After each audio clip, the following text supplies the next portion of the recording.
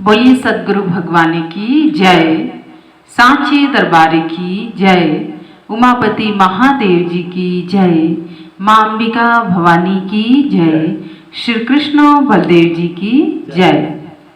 प्रिय भगवत प्रेमियों, हम सब बहुत ही भाग्यशाली हैं जो गुरुदेव के अनुकंपा से, उनकी कृपा से हम सब उन्हीं महापुरुषों के विचारों को श्रवण कर पाते हैं जिनके विचार सुनने मात्र से मुक्ति मिल जाती है, जिनके विचार सुनने मात्र से मन पवित्र हो जाता है, जिनके दर्शन मात्र से ये जीवन धन्य हो जाता है। ऐसे संत महापुरुषों के विचारों को सुनने का ये जो दुर्लभ अवसर हम सभी को प्राप्त होता है सज्जनों, उन्हीं महापुरुषों की कृपा से ही मिलता है। क्योंकि परमात्मा की यदि कृपा ना हो तो जीवन में किसी भी चीज़ की उपलब्धि नहीं हो सकती है। तो सज्जनों, इसीलिए जीवन में परमात्मा का मिलना बहुत बड़ी बात है। संत महापुरुष समझाते हैं, वो कहते हैं कि भगवान ने तो कृपा किया, नर्तन दिया, मनुष्य के तन प्रदान कर दिया, लेकिन दूसरी कृपा उसने किया कि संसार में भेज दिया। लेकिन तीसरी कृपा तो आपको स्वतः ही अपने ऊपर करनी पड़ेगी। और वो तीसरी कृपा कौन से है सज्जनों? तीसरी कृपा वो है कि जो हम इस संसार में आए, मनुष्य के तन मिला, भगवान ने समर्थ अनुसार घर परिवार का व्यवस्था किया, लेकिन उससे भी बड़ी बात यह है कि जब हम अपने ऊपर कृपा करते हैं तो हमें गुरु मिलते हैं, जीवन में परमात्मा का दर्शन होता है, जीवन धन्य होता है, महापुरुषों के विचारों को सुनने का अवसर प्राप्त होता है। ये अपने ऊपर तीसरी कृपा स्वयं हर मनुष्य को करना पड़ता है। और सज्जनों, जिसने इस तीसरी कृपा को खुद को अपने ऊपर किया, उसका जीवन धन्य हो गया, उसका जीवन सहज हो गया, उसका जीवन सरल हो गया।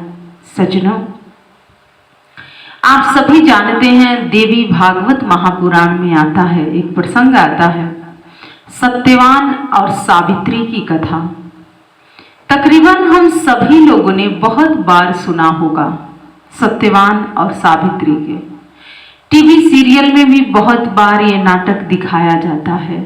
लेकिन सज्जनों, रियल में या हम कहें प्रत्यक्ष में अगर वो घटना किसी और के साथ घटे और उसको कोई महसूस करे तो कितना दिव्य होगा। सज्जनों, जो सावित्री हैं वो एक राजा की पुत्री हैं, एक राजकुमारी हैं, लेकिन उनका जो गणना था वो किसी के साथ नहीं मिल रहा था। उनके पिताश्री ने बहुत उपाय किया, बहुत प्रयास किया कि कोई ऐसा ढंग का वर मिले, घर मिले, जिसके साथ मैं सावित्री का विवाह कर सकूं। लेकिन सज्जनों, कहते हैं कि जो भी इस संसार में आता है उसकी नियति पहले से तय हो जाता है, उसके कर्म क्षेत्र पहले से तैयार होता है, और हमें और आपको तो सिर्फ चलना है। सब कुछ तो पहले से बना हुआ है सज्जनों। और इधर जब नहीं मिल रहा था, योग नहीं मिल रहा था, ज्योतिषों को, बहुत लोगों को बुलाए, हालांकि उनके दरबार में नारद जी का आगमन भी होता था। संत नारद मुनि जिसे आप कहते हैं या टीवी सीरियल में देखते हैं, वो उनके राज्य में आते थे और राजा से हमेशा चर्चा भी होती थी। तो जो सावित्री के पिताजी थे, उन्होंने एक दिन ये बात नारद जी के समक्ष रखा और कहा कि हे ऋषिवर, आप ही मेरा मार्गदर्शन करिए, मैं अपने कन्या के लिए क्या करूं? तो नारद जी ने कहा कि देखिए, वो एक राजकुमारी है और राजकुमारियों का जो अधिकार होता है वो स्वतः ही अपने वर के प्राप्त करती हैं, अपने वर को खुद ही ढूंढ लेती हैं। आप सावित्री को अनुमति प्रदान करिए, आज्ञा प्रदान करिए कुछ सैनिक उसके साथ भेज दीजिए और सावित्री स्वयं ही अपने वर को खोज करेगी, चयन करेगी, और जिसे वो चयन करेगी उसके साथ आप विवाह कर दीजिएगा, कोई समस्या नहीं है। सज्जनों, राजा जो थे, सावित्री के पिता जो थे, उनको मन को ये बात बहुत अच्छी लगी और उन्होंने कहा कि हे ऋषिवर, आपसे पहले ही मैं अगर इस विषय पर बात किया होता तो पहले ही समाधान मिल गया होता। सज्जनों, जीवन में जो ऐसे बड़े बड़े राजा महाराजा थे तो वो सभी लोग समस्या आने पर ऋषि महर्षियों से अपनी बात को रखते थे और ऋषि महर्षि उनका समाधान देते थे, करते थे। सज्जनों, इधर जो सावित्री हैं, उनके जो सैनिक हैं, राजा जो उनके पिता हैं, उन्होंने कुछ सैनिकों के साथ सावित्री को कहा कि हे पुत्री, मेरा आज्ञा है, मेरा आदेश भी है और आप जाओ, जिसे भी तुम अपना वर कहोगी, चयन करोगी, उसी से मैं तुम्हारा विवाह कर दूंगा। सज्जनों, क्योंकि जो राजा थे वो जानते थे कि मेरी पुत्री गुणवान है, शास्त्रवेता है, संस्कार है मेरे पुत्री में, और वो जब भी कुछ चयन करेगी तो ऐसे नहीं करेगी, अपने जैसे ही करेगी। उनको इतना विश्वास था। इसीलिए सज्जनों, आपके संतान जो होती है, माता पिता आज के समय में के जो हैं, वो कहते हैं कि कोई अगर आपकी संतान के लिए कोई बात कह देता है तो जो माता पिता वो बात सहजता से मान लेते हैं और कहते हैं कि हाँ, हमारी संतान ने किया होगा। लेकिन सज्जनों, अगर आप माता पिता हैं तो आप ही उस संतान को संसार में लाए हैं और आपसे ज़्यादा उस संतान के बारे में इस दुनिया में कोई नहीं जान सकता है। आपकी संतान कैसी है, कैसी नहीं है, गुणवान है, संस्कारहीन है या चरित्रहीन है या चरित्रवान है, ये तो आपको ही पता होना चाहिए। कोई कहे या ना कहे, क्योंकि सत्य जो होता है वो माता पिता भली भांति सत्य से अवगत होते हैं। और जो सावित्री के पिता थे वो जानते थे कि मेरी पुत्री कोई साधारण नहीं है, क्योंकि शास्त्रों का ज्ञाता है, वो शास्त्र को जानती है, ग्रंथों को जानती है और उससे कभी भूल के भी कोई पाप नहीं होगा। इसलिए उनको इतना विश्वास था और वो बोले कि पुत्री, जिसे भी तुम कहोगी उसके साथ मैं तुम्हारा विवाह कर दूंगा। सज्जनों, पिता के अनुमति को लेके, आज्ञा को धारण करके सावित्री एक रथ पर आरूढ़ होती हैं। कुछ सैनिक हैं उनके पीछे और वो जो सैनिक हैं उनके साथ साथ सैनिक चल रहे हैं। और सज्जनों, इधर कई राज्यों में वो भ्रमण करती हैं। जहाँ रात्रि होता है वहीं पर शिविर लग जाता है, वहाँ पर वो विश्राम करती हैं, सभी विश्राम करते हैं और उसके बाद प्रातः काल दूसरी यात्रा पर वो लोग निकलते हैं। कहते हैं कि कई महीनों से भ्रमण करते करते कई राज्यों का भ्रमण किया उन्होंने और कई लोग उनके जीवन में आए, लेकिन कोई उनके योग्य नहीं था। सज्जनों, एक दिन सावित्री जंगल के मार्ग से गुजर रही थी। उन्होंने देखा कि एक लकड़ीहारा है जो पेड़ पे चढ़ा है, लकड़ी काट रहा है। उसका बेस तो लकड़ीहारे का है, लेकिन उसका हाव भाव सारा राजा के जैसे है। तो वो जाती हैं और उन्होंने उसकी प्रतीक्षा की। जैसे वो उतरते हैं तो उन्होंने पूछा कि आपका नाम क्या है? तो उस युवक ने कहा कि मेरा नाम सत्यवान है। जैसा व्यक्ति वैसा नाम भी होता है। सज्जनों, नाम का बड़ा असर पड़ता है जीवन में। तो उन्होंने कहा कि मेरा नाम सत्यवान है और आप कौन हैं? तो वो कहती हैं कि मैं एक राजकुमारी हूं, मेरा नाम सावित्री है। और इतना कह के वो चली जाती हैं और जाके अपने पिताश्री से कहती हैं कि पिताश्री, मैंने वर का चयन कर लिया है। उसके पिता का नाम बताती हैं, उसका नाम बताती हैं। नारद जी का आगमन हुआ। नारद जी ने और ज्योतिषों ने गणना किया। ग्रह गोचर मिलाते हुए उन लोगों ने देखा कि सत्यवान की उम्र मात्र 1 साल की है, इससे आगे वो नहीं जीवित रहेगा, मर जाएगा। तो सभी ने कहा कि महाराज, जिसको आपकी पुत्री ने वरण किया है अपने पति के रूप में, उनकी उम्र मात्र 1 साल की ही है, और जैसे 1 साल होगा सत्यवान की मृत्यु हो जाएगी और आपकी पुत्री सावित्री विधवा हो जाएगी। बड़ा दुखमय जीवन हो जाएगा। सज्जनों, उनके पिताश्री अपनी पुत्री सावित्री को बुलाते हैं और कहने लगे कि हे पुत्री, तुम जानती हो किसका वरण करके आई हो? तो उन्होंने कहा, हाँ पिताश्री, मैं सब जानती हूँ कि मैं किसका वरण करके आई हूँ। उनके पिताश्री ने कहा कि जिसका वरण तुम करके आई हो सत्यवान नाम है उसका, और उसकी उम्र मात्र 1 साल की है, क्या उसे तुम विवाह करोगी? सावित्री ने कहा कि पिताश्री, मैं उसे देखते ही अपने पति के रूप में मैंने उसको चयन कर लिया है। अब 1 साल जीवित रहे चाहे 1 दिन रहे, लेकिन मेरा विवाह संपन्न सत्यवान के साथ ही होगा। सज्जनों, यहाँ हम थोड़ा सा रुक जाते हैं। आज के समय में अगर किसी कन्या को ये पता लग जाए कि उसके पति की उम्र मात्र 1 साल की है, तो क्या वो विवाह करेगी? नहीं सज्जनों। लेकिन सावित्री ने ऐसा क्यों किया? क्योंकि सावित्री ये बताना चाहती हैं कि स्त्री वो अस्त्र होती है जो मौत को भी लौटा सकती है। सज्जनों, ऐसी स्त्री होनी चाहिए। और उन्होंने आगे जो देवी भागवत महापुराण के अंतर्गत ये जो कथा आती है, आगे मैं आपको बताती हूँ।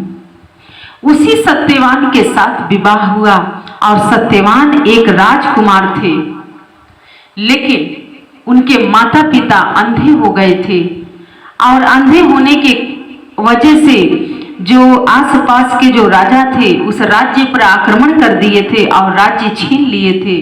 और सत्यवान और उसके माता पिता जो नेत्रहीन थे, वो एक जंगल में कुटी बना के रहते थे। सत्यवान राजकुमार होते हुए भी लकड़ी काटते थे और बेचते थे, उसी से अपने माता पिता की सेवा और भरण पोषण कर रहे थे। सज्जनों, सावित्री की आंख कोई साधारण आंख नहीं थी, क्योंकि वो एक साधिका थी, उस साधना करती थी। और जो व्यक्ति ध्यानस्थ होता है वो बाहर से नहीं देखता है, आपको अंदर से देखता है। यही अंतर होता है आम स्त्री में और एक साधिका स्त्री में, यही सब अंतर होता है सज्जनों। और सावित्री के विवाह सत्यवान से हुआ, और जिस दिन से विवाह हुआ उस दिन से वो अपनी साधना बढ़ा दी। ज्यादा से ज्यादा उनको समय मिलता था, वो ध्यानस्थ होती थी, साधना करती थी। लेकिन सज्जनों, यहाँ पर हम रुकते हैं और विचार करते हैं। बहुत से लोग हैं जो साधना ध्यान करते हैं या कोई पूजा पाठ करते हैं या व्रत उपवास रखते हैं, तो शादी के उपरांत कहते हैं अब मौज मस्ती करने का समय है, और बहुत कर लिए हम लोग, बहुत सत्संग सुन लिए, बहुत कथा में चले गए, बहुत सेवा कर लिए, बहुत साधना कर लिए, अब थोड़ा अपना लाइफ जीना चाहिए, मौज मस्ती कर लेना चाहिए, क्योंकि जीवन इसीलिए मिला है। तो सज्जनों, ये वो लोग करते हैं जिनके जीवन का कोई उद्देश्य नहीं है। जो उद्देश्यहीन लोग हैं उनकी सोच ऐसी होती है। लेकिन एक जो स्त्री होती है, एक जो नारी होती है, वो पति परायणा होती है। वो जिस दिन से उसका विवाह होगा और अंत तक वो सावधान हो जाती है, अपने लक्ष्य के प्रति, अपने कर्म और धर्म के प्रति सजग हो जाती है, क्योंकि वो जानती है अब मेरा सौभाग्य किसी और के साथ जुड़ चुका है। अब जो मैं करूंगी उसमें से सब कुछ बंटवारा होगा। तो सज्जनों, इसीलिए कर्म और धर्म से ही व्यक्ति अपने पाप से बच सकता है, अन्यथा नहीं बच सकता है। और सज्जनों, इधर जब सावित्री ने ज्यादा से ज्यादा ध्यान करने लग गई, साधना करने लग गई, उनका मन हमेशा ध्यान साधना में ही लगा रहता था।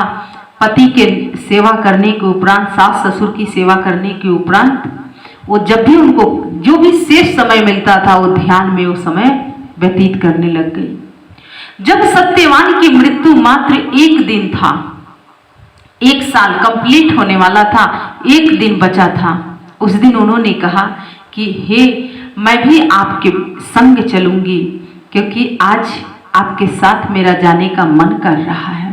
सज्जनों, इधर सत्यवान बहुत समझाते हैं। उन्होंने कहा कि मैं जितना जल्दी हो सकेगा मैं लौट आऊंगा, लेकिन आप यहीं रहिए।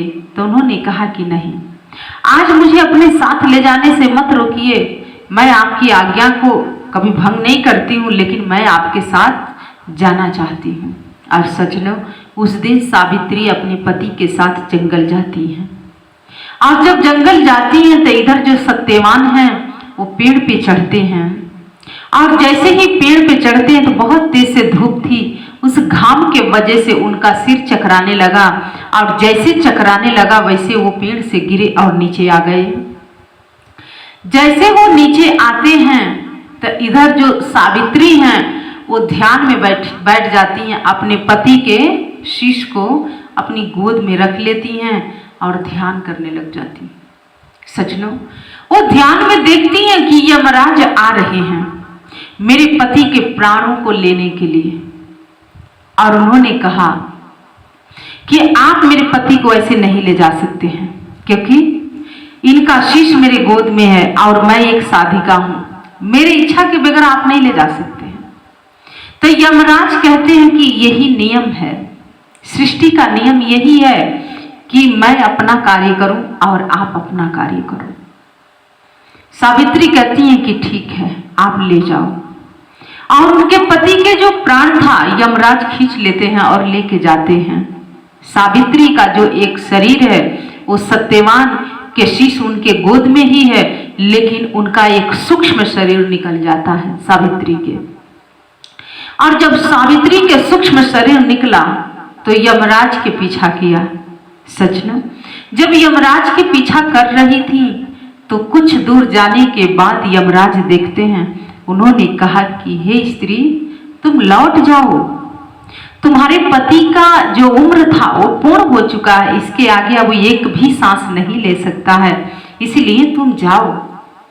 लेकिन सावित्री ने कहा कि नहीं, मैं नहीं जा सकती हूँ, क्योंकि मैं अपने पति के लिए बगैर जाऊंगी ही नहीं, ये मेरा भी संकल्प है। अगर आपने सृष्टि के नियम मुझे बताए हो और कह रहे हो कि यही सृष्टि का नियम है कि जिसका जन्म हुआ है उसका अंत होगा, तो मैं भी एक साधिका हूँ और मैं अपने पति के प्राण लिए बिना लौट नहीं सकती हूँ। सज्जनों, यमराज उनकी बातों को नजरअंदाज करके आगे बढ़ते हैं। और जैसे वो आगे बढ़ते हैं तो क्या होता है, वो चली जाती हैं उनके पीछे पीछे। फिर वो पीछे मुड़ते हैं और कहने लगे कि जाओ, आप यमलोक में प्रवेश नहीं कर सकती हैं, क्योंकि अभी आपका जीवन शेष बाकी है और आपको मृत्यु लोक जाना ही होगा। उन्होंने कहा, अगर मेरे जीवन की इतनी चिंता है आपको, तो फिर आप मुझे कुछ वरदान दे दीजिए। अगर मेरे जीवन के, मेरे भक्ति से, मेरे साधना से इतना आप प्रसन्न है तो आप मुझे कुछ दे दीजिए। तो जो सत्यवान थे उन्होंने कहा कि हाँ, मैं तुमसे बहुत प्रसन्न हूं, क्योंकि तुम एक राजकुमारी होते हुए भी तुमने ध्यान साधना किया, अपने गुरु की आज्ञा में रहे और तुमने प्रतिदिन पति की सेवा किया, सास ससुर की सेवा किया, और ये तुम्हारा पुण्य है जिसे कोई भी तुम्हें कुछ भी देने से रोक नहीं सकता है। तो सावित्री ने कहा, तो फिर आप मुझे वरदान दे दीजिए। यमराज कहते हैं कि क्या चाहिए आपको? तो उन्होंने कहा कि मेरे सास ससुर के जो नेत्र ज्योति है वो वापस मिल जाए, मेरा खोया हुआ राज्य वापस आ जाए और मैं एक पुत्र की मां बन जाऊं।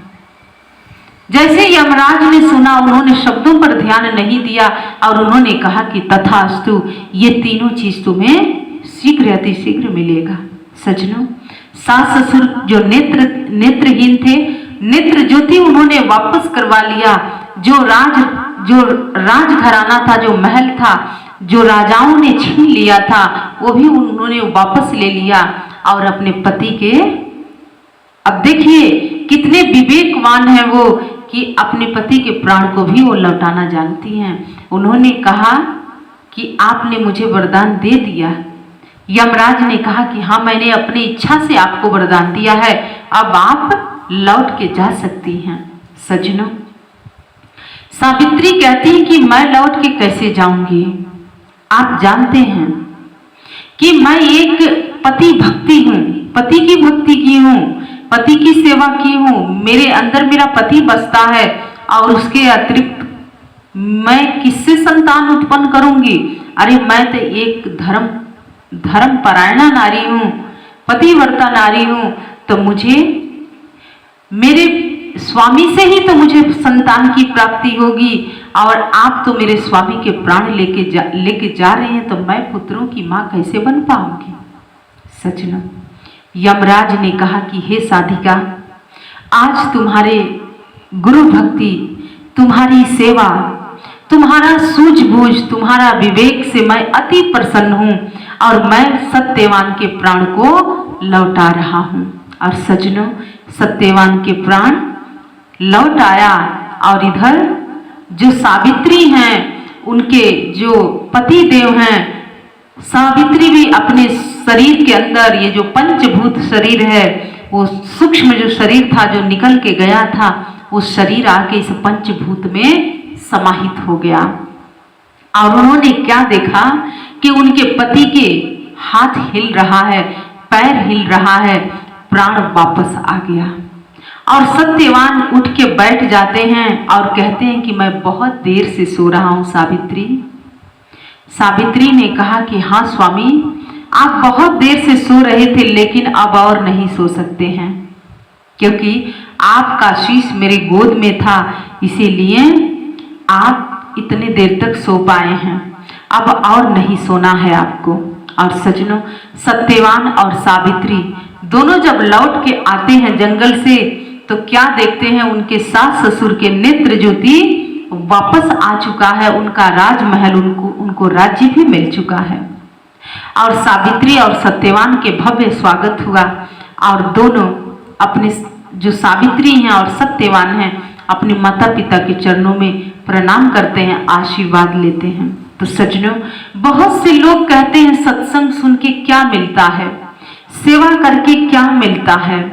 सज्जनों, ये मिलता है, क्योंकि अगर आपने सत्संग सुना है तो आपसे भूल के भी कोई भी त्रुटि नहीं हो सकती है, आप भूल के भी अपशब्द नहीं बोल सकते हो, क्योंकि आपके अंदर विवेक जागृत हो गया है, आपके अंदर आपकी आत्मा है।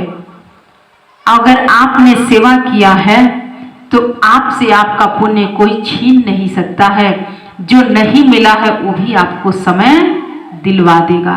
तो सज्जनों, ये मिलता है, लेकिन होता क्या है? लोग कहते हैं अभी करो और अभी सब कुछ मिल जाए, तो सज्जनों संभव नहीं है, क्योंकि कहते हैं कि निष्काम कर्म करना पड़ता है, कर्म में कोई स्वार्थ नहीं रखा जाता है। अगर आपने निष्काम भाव से सेवा किया है, निष्काम भाव से कर्म किया है, तो फल तो आपको मिलेगा ही मिलेगा, और उस फल को कोई रोक नहीं सकता है, वो फल आपके झोली में गिरेगा ही गिरेगा। तो सज्जनों, इसीलिए बहुत जरूरी है कि हम पहले सूझबूझ और विवेकवान बने, और उसके बाद हम अपने बड़ों का आदर और सम्मान करें, क्योंकि अगर संस्कार नहीं है, गुणवत्ता नहीं है, तो धन किसी काम के नहीं है, क्योंकि धन आएगा और जाएगा, लेकिन अगर आपके पास विवेक है, आपके अंदर गुणवत्ता है, आपके अंदर सेवा की भावना है, आपके अंदर सहनशीलता है, त्याग है, क्षमा है, तो आप नहीं हैं, फिर आपको सब कुछ मिल जाएगा। तो सज्जनों, इसीलिए जब जीवन में गुरु मिलते हैं तो ये सब कुछ गुरु बताते हैं, क्योंकि जो शिष्य गुरु के मार्गदर्शन में अपने जीवन का यापन करता है, उसकी आत्मा जागृत हो जाती है और वो कभी भी अनर्थ नहीं करता है। इसीलिए सज्जनों, एक साधारण नारी में और एक साधिका नारी में यही अंतर होता है। सीधे से शब्दों में अगर मैं समझाना चाहूँ तो जैसे माता जानकी हैं, सती अनसुईया हैं, सावित्री हैं, लेकिन एक साधारण से स्त्री है, पूतना, सुपनखा, ताड़का, कि जिनके ना तो मुंह पर कोई लगाम है न हाथ पर कोई लगाम है, जो आए वो बोलो, जो आए वो बटोरो, जो आए वो करो। तो ऐसी स्त्रियां निरंकुश होती हैं, क्योंकि ऐसे लोग निरंकुश होते हैं, अपने लालच के लिए कहीं हद तक गिर जाते हैं और किसी का गला घोंटना हो तो गला भी घोंट देती हैं। ऐसी भी स्त्रियां इस संसार में रही हैं और आगे भी रहेंगी। लेकिन सज्जनों, हमारे देवी भागवत महापुराण बताता है, देवी भागवत पुराण के अंदर आता है कि उसमें लिखा हुआ है कि ऐसे भी धर्म परायणा नारियां रही हैं कि जो सूर्य की गति को रोक देती थी, नदी के बहाव को रोक देती थी, समुद्र की लहरों को रोक देती थी। ऐसी वो नारियां थी, वो कोई साधारण नारियां नहीं थी, क्योंकि वो एक साधिका थी, गुरु भक्ति में तप चुकी थी, मिट चुकी थी। इसीलिए वो नहीं थी, वो कुछ और थी। इसीलिए सज्जनों सहज थी, सरल थी, सौम्य थी, गुणवत्ता था उनके अंदर और उनकी आत्मा जागृत थी। इसीलिए सज्जनों, आम स्त्री में और एक साधिका में बहुत जमीन आसमान के अंतर होता है। क्योंकि आप सभी जानते हैं सुपर्णखा ने क्या किया, पूतना ने क्या किया और ताड़का ने क्या किया। तो स्त्रियों की कटघरी कई प्रकार की है और कई प्रकार की स्त्रियां हैं, इस संसार में विचरण करती हैं। लेकिन लोग क्या सोचते हैं, सब एक जैसे ही हैं।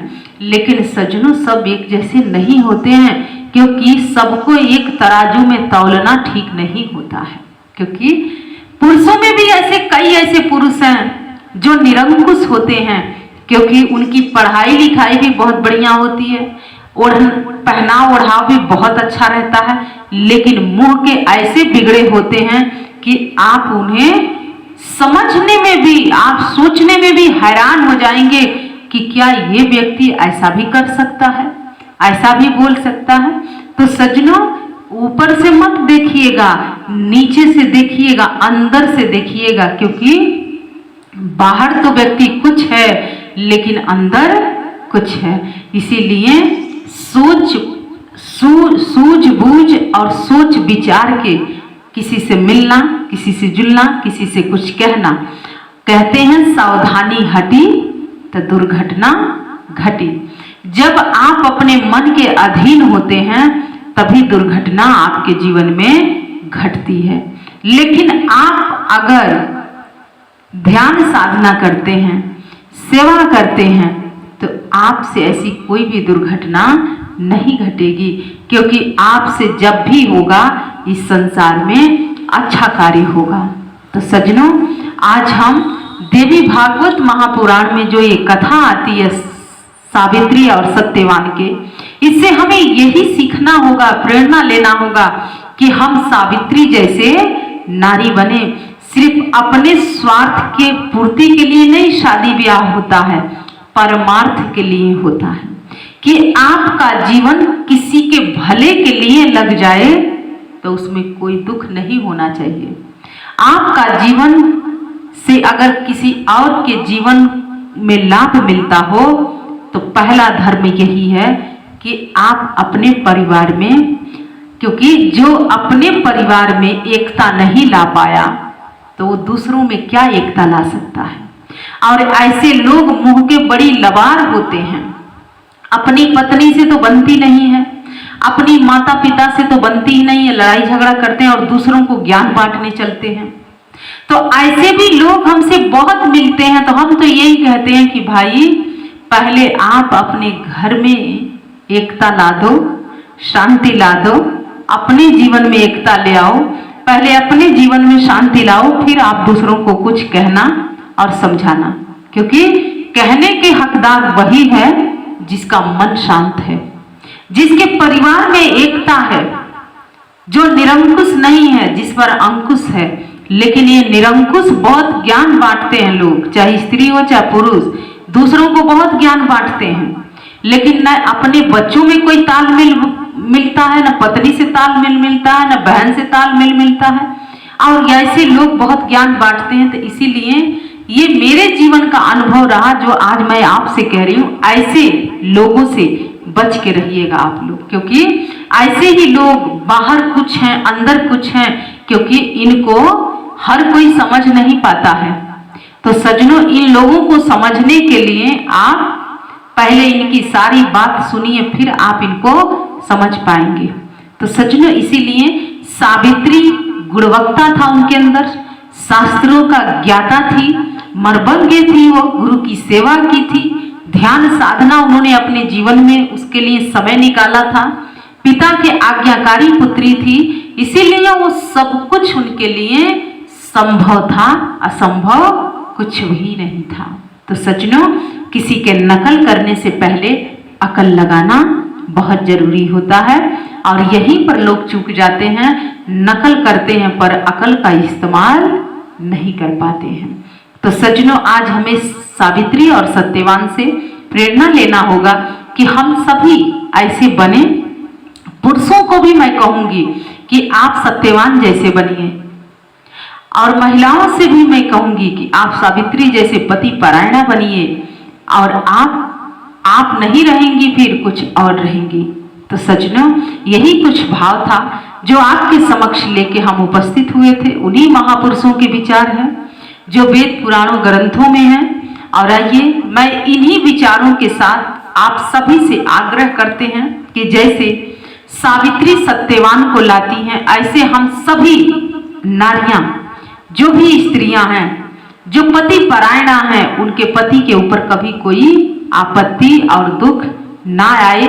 इसी मंगल कामना के साथ मैं अपने वाणी को विराम देना चाहती हूँ, और आप सभी से आग्रह करना चाहते हैं कि भगवान के सिर चरणों में जय घोष अर्पित करें। तो बोलिए वृंदावन बिहारी लाल की जय, श्री कृष्ण बलदेव जी की जय, उमापति महादेव जी की जय, पूज्य गुरुदेव सर्वश्री आशुतोष भगवान की जय, सांचे दरबारे की जय। जय श्री राम, जय श्री राम, जय जय श्री राम। धन्यवाद।